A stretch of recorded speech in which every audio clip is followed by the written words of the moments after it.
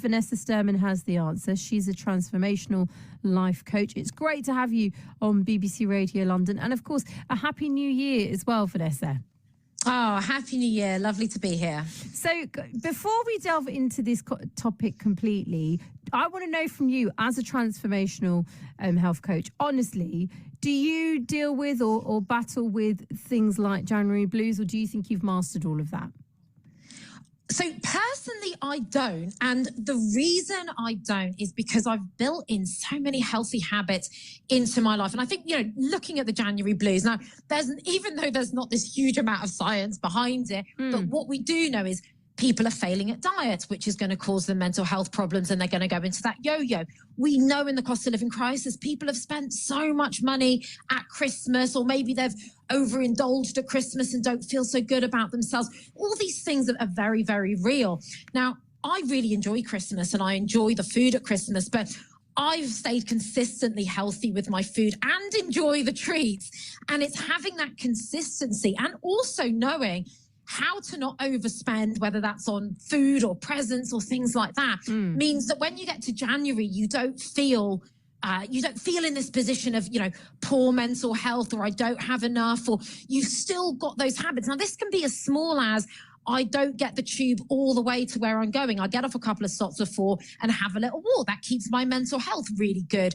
I know how to eat in a way that's great for my gut, but I also know all the lovely restaurants we can go to have a bit of fun in. So it's having that balance all year round. And I think that's the problem with the January in general and the blues is this overindulgence at Christmas, then over restriction, then, I've kind of put too many goals on myself and it's failed.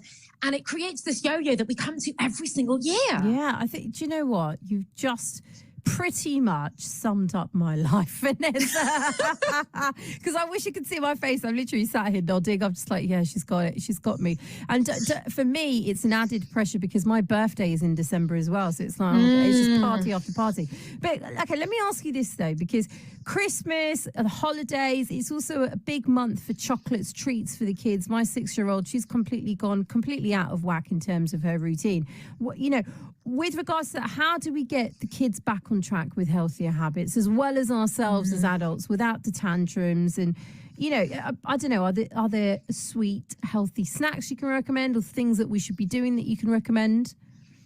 Yeah, absolutely. And I think it's always about kind of going back to the rest of the year, because we sometimes get to January and we sort of panic and we're like, how do we do this? When if we can say, right, hang on, what am I going to do in December?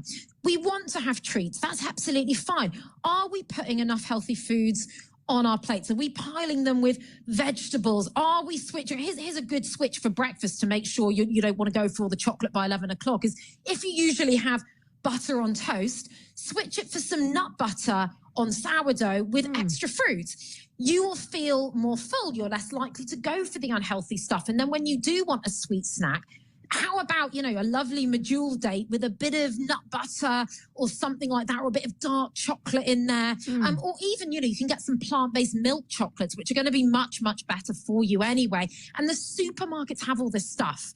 You might in the supermarket need to spend a little bit more time down the fruit and veg aisles. And, because people say, well, where do I get this food? It's all available pretty much in your supermarket. Make sure you're sort of switching. You could switch your, spaghetti bolognese to a lentil bolognese with a load of vegetables. And you can even make your own garlic bread. If you've got the kids that love garlic bread, make your garlic bread with a bit of vegetable stock and a load of garlic and extra herbs. Spread it on that bread and put it in the oven. You've got a much healthier version there, but you're still having the delicious garlic bread that everyone loves with their pasta dish. It's just a small, what I'm getting from you, Vanessa, is the small incremental changes which kind of add up for not just you, but for the family as a whole. What would you say are some of the biggest mistakes people end up making this month in terms of keeping them in that cycle of brief motivation and then, oh dear, it's the second week of January and they fall flat on their face? Yeah, I think it's being sort of too extreme. And I think it's trying to have results that are too quick. Now, you can get quick results. People change their breakfast and go, oh my goodness, I'm more full than I have been in a long time. So you can actually get quick results by those little changes I talked about.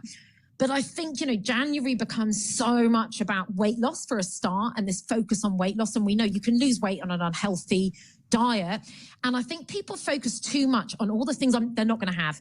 All right, not having this, not having that. And I sort of say, okay, fine. We're going to reduce a bit. Yeah. But what am I putting in?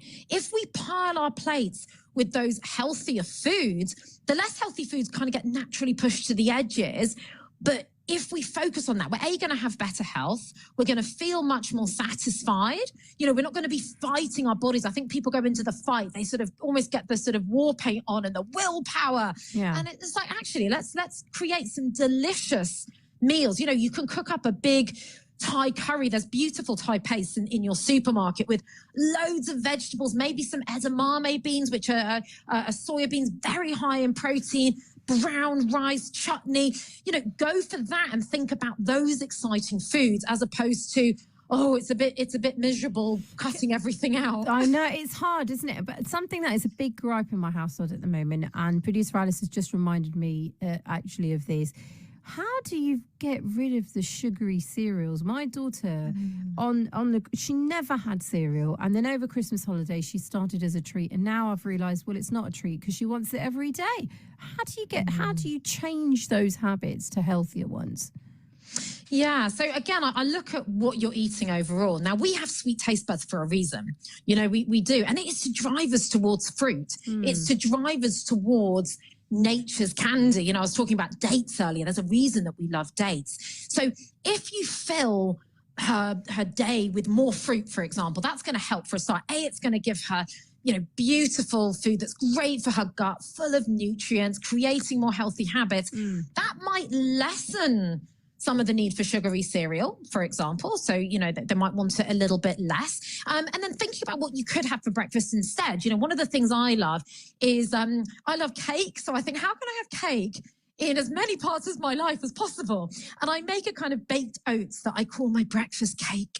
And you fill that with all sorts of wonderful, healthy things, like oats, like linseed, which got good fats in. You can add fruit and mixed spice to that. You can add all sorts of things. And that's lovely for kids. You can even if you wanted, put a few bits of dark chocolate in so they've got a chocolatey taste. And you've got these different alternatives to kind of wean them away from that sugary cereal. It takes time, but it feels like with a bit of perseverance, you absolutely can. Vanessa, such a pleasure having you on the show. How do people touch base if they want to get more details for you? What's the social media? Fantastic. If you want to find me on Instagram, I'm Energize and Thrive Plant-Based, or join my free Facebook community. It's called How to Go Plant-Based, but it's basically for anyone who wants health tips, delicious food, get more energy. Come and join.